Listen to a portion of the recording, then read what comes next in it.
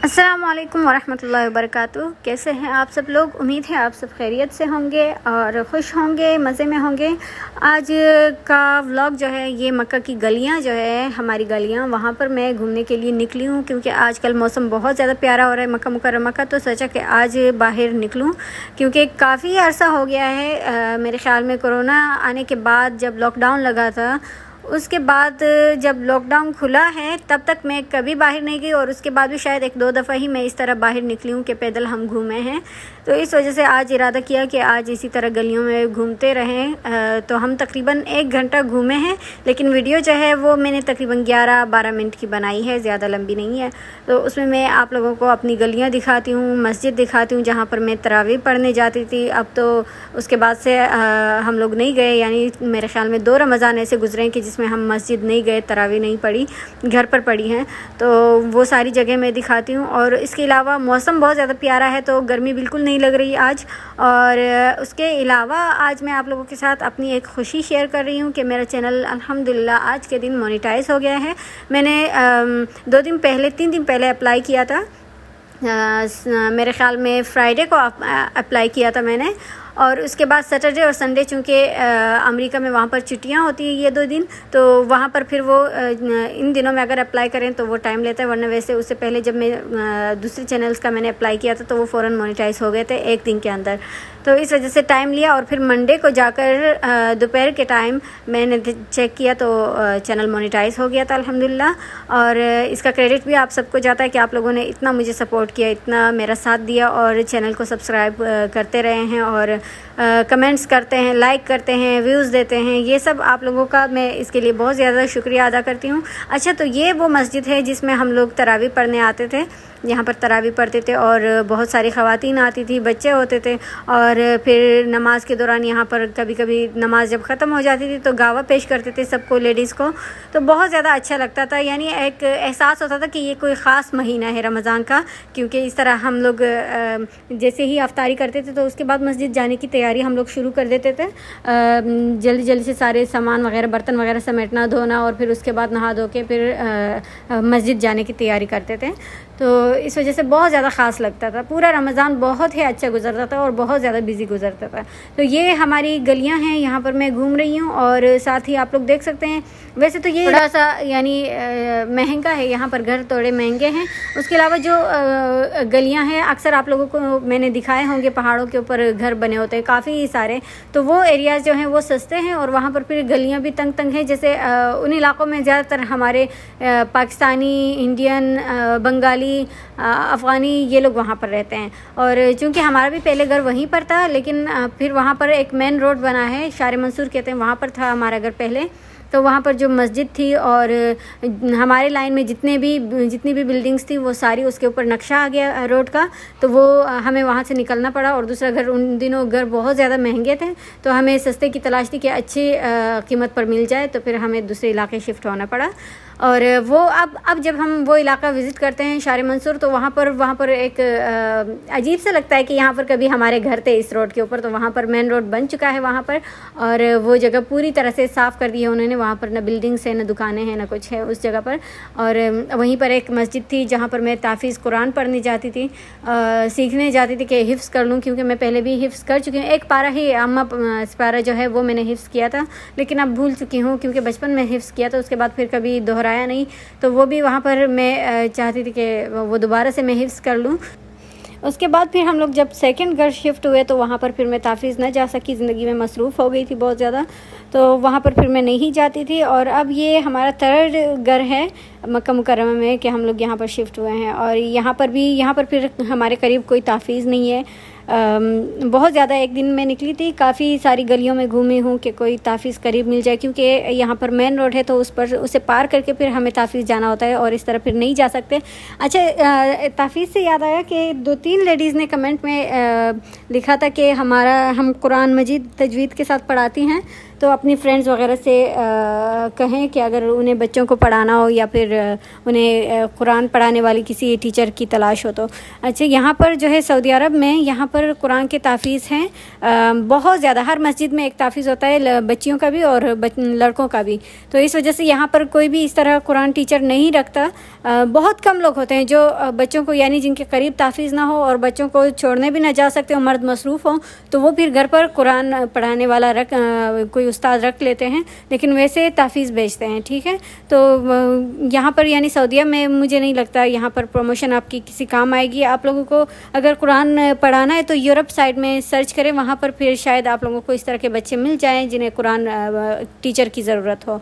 यहाँ पर तो नहीं है। और दूसरी ख़ास बात, यहाँ पर जो ताफ़ीज़ कुरान है वहाँ पर कुरान मजीद हिफ्ज़ भी करवाया जाता है, तजवीद भी सिखाई जाती है और बच्चे अरबी भी सीख लेते हैं यहाँ पर। तो इस वजह से आप लोगों को यही मशवरा दूंगी कि आप यूरोप वाली जो वेबसाइट्स हैं वहाँ पर जाकर आप लोग सर्च करें। और इसके अलावा मेरा चैनल जो है ये मोनेटाइज हुआ है, तो मोनेटाइजेशन के बारे में अगर आप लोग नहीं जानते कि मोनेटाइजेशन क्या है, तो मोनेटाइजेशन से आपके चैनल पर ऐलानात लगते हैं, एड्स आते हैं। जैसे कि हम लोग यूट्यूब पर कोई भी वीडियो वगैरह देखते हैं तो हम बीच में या फिर शुरू में एड्स चलने लगते हैं ना, कोई ऐलान आ जाता है, हम लोग उसे स्किप कर देते हैं और बाज़ दफ़ा वो स्किप भी नहीं होता, खुद ही 1 सेकंड 30 सेकंड तक चलता है, फिर उसके बाद खुद ही स्किप हो जाता है। तो इन ऐलानात से यूट्यूब जो है वो अर्निंग करता है, फिर वो ये ऐलानात हमें देता है कि आप लोग अपनी वीडियो पर लगाओगे तो हम आपको पे करेंगे।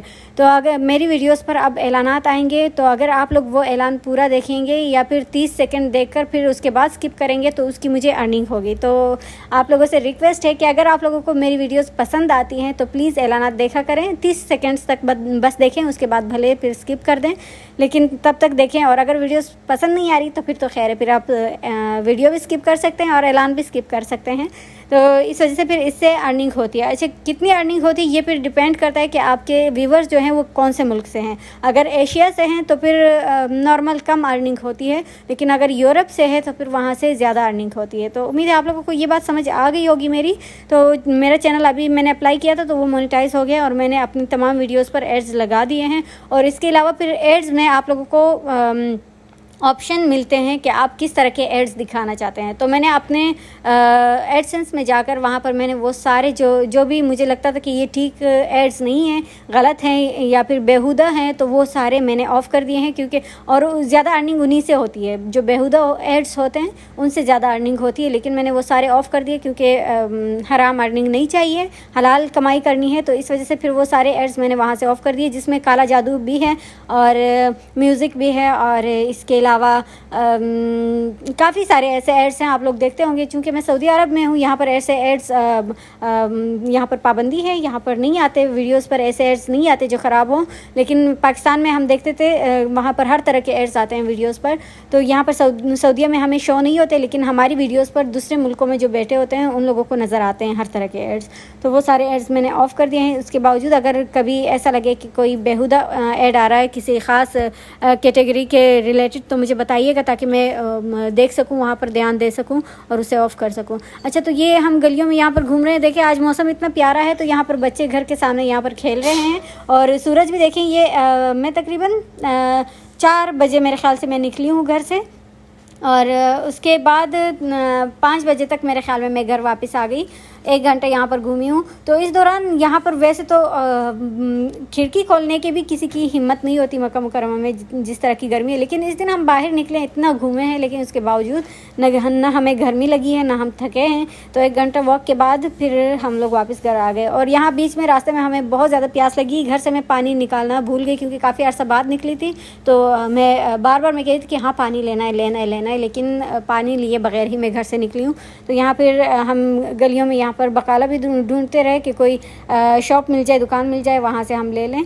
फिर यहाँ पर मुझे मिला, अच्छा ये देखिए सालून मगरिबी, यहाँ पर ये क्या कहते हैं ब्यूटी पार्लर है और हमारी गलियों में काफ़ी सारे हैं ब्यूटी पार्लर, यहाँ पर बहुत ज़्यादा हैं। और अच्छा, किसी ने कहा था कि सऊदीया की कोई ब्यूटी व्लॉगर अगर आपको मालूम है वहाँ पर है या नहीं, तो इस सऊदीया की मुझे कंफर्म नहीं है, लेकिन अरबी चैनल जो हैं बहुत सारे हैं जिनके मिलियन सब्सक्राइबर्स हैं, 25 मिलियन, 30 मिलियन, बहुत बड़े बड़े यूट्यूबर्स हैं जो अरबिक, जिनके चैनल्स अरबिक हैं। हालांकि इस चीज़ का मुझे भी नहीं पता था, मुझे लगा कि सिर्फ इंग्लिश कंटेंट बहुत ज़्यादा है, इंग्लिश चैनल जो है उसके सब्सक्राइबर्स ज़्यादा होते होंगे, लेकिन अरबिक का भी मैंने देखा बहुत ज़्यादा व्यूज़ ले रहे हैं और बहुत ज़्यादा इनके सब्सक्राइबर्स हैं। तो आप सर्च कर लें, हो सकता है सऊदीया की कोई आपको मिल जाए ब्यूटी व्लॉगर जो है। और अच्छा, ये देखें, ये रोटी की दुकान है, क्या कहते हैं इसे, पाकिस्तान में पत्नी क्या कहते हैं, ये फ़ुरन तमीज़ और फूल है। अच्छा, ये मैंने शॉप से यहाँ पर जूस लिए और पानी लिए हैं, ये तकरीबन 5 रियाल की 2 बोतल पानी की और 2 जूस के बोतल मैंने लिए हैं। और फिर रास्ते में वॉक करते हुए हम लोग यही पीते रहे हैं और घूमते रहे हैं। और ये एक सेकंड मस्जिद है, जो मस्जिद मैंने पहले दिखाई थी जिसमें हम तरावी पढ़ने जाते थे, ये उसकी 1-2 गलियाँ आगे है। तो ये बहुत बड़ी मस्जिद है, यहाँ पर मैं नहीं आई रमज़ान में, लेकिन वैसे ही मैं ताफ़ीज़ जब ढूंढ रही थी तो यहाँ तक भी आई थी। और इसके पास भी, यहाँ पर भी ताफ़ीज़ है कुरान का, लेकिन बस वही मसला है कि ये भी हमसे बहुत ज़्यादा दूर है, तो इस वजह से फिर इस ताफ़ीज़ पे भी मैं नहीं आ सकी, यहाँ पर भी मैं बच्चों को ना ला सकी, क्योंकि या तो गाड़ी में आना पड़ेगा। अभी तो मौसम अच्छा है, 2-3 महीने तक इंशाल्लाह अच्छा रहेगा, लेकिन जैसे ही गर्मी शुरू हो जाएगी फिर हिम्मत नहीं पड़ती कि बंदा इतना दूर पैदल जाए, और गाड़ी में आने का फिर मुमकिन नहीं है क्योंकि हस्बैंड ऑफिस होते हैं। तो इस वजह से फिर मुझे ख़ुद ही ताफ़ीज़ का इस तरह से इंतज़ाम करना पड़ेगा कि मैं ख़ुद ही बच्चे को लेकर जा सकूं और वापस ला सकूं। तो करीब तो फ़िलहाल कोई मस्जिद नहीं है, कोई ताफ़ीज़ नहीं है। अल्लाह करे कोई बन जाए हमारे करीब ही, या फिर कोई बंदोबस्त हो जाए, क्योंकि मैं इसको लेकर काफ़ी परेशान हूँ कि कुछ हो जाए बच्चों का कुरान के हवाले से, और इसके अलावा अरबी भी सीख लेंगे। अच्छा, तो यहाँ रास्ते में मैं, ये बच्चियाँ हैं यहाँ पर, मैंने कैमरा यूं ही पकड़ा हुआ था, लेकिन शायद उन्हें अंदाज़ा हो गया कि वीडियो बना रही है, तो वो लोग साइड पे हो गई वहाँ से। अच्छा, दूसरी बात, हम लोग आखिर में काफ़ी थक गए थे, तो मैंने हस्बैंड को कॉल की, उनके ऑफिस से आने का टाइम हो गया था, तो मैंने कहा घर जाते हुए हमें लेते जाएं हम लोग, यहाँ पर मैंने जगह बता दी थी। तो हस्बैंड आ गए और वापस हम लोग गाड़ी में आ गए फिर घर। और इसके अलावा यहाँ पर ये आप लोग देखें, ये थोड़े बहुत मैं यहाँ से नक्शा दिखा रही हूँ आप लोगों को इन जगहों का। अच्छा, आखिर में मैं आप सबसे एक बार फिर रिक्वेस्ट करूँगी कि अगर मेरी वीडियोस पसंद आती हैं तो प्लीज़ 30 सेकंड तक मेरे एड्स देख लिया करें। आप लोगों का कोई नुकसान नहीं होगा, लेकिन मेरा फ़ायदा हो जाना है। और इसके अलावा जज़ाकुमुल्लाह खैरन। और इसके अलावा फिर इंशाल्लाह नेक्स्ट वीडियो में फिर आप लोगों के चंद कमेंट्स हैं, उनके मैं जवाब देती हूँ, क्योंकि अभी मुझे उस बारे में थोड़े से मालूमात लेने हैं उम्रा के हवाले से, और फिर नेक्स्ट वीडियो में मैं इंशाल्लाह आप लोगों को बताती हूँ। तब तक के लिए अपना ख्याल रखें, दुआओं में याद रखें। अस्सलाम वालेकुम वरहमतुल्लाहि वबरकातुहू।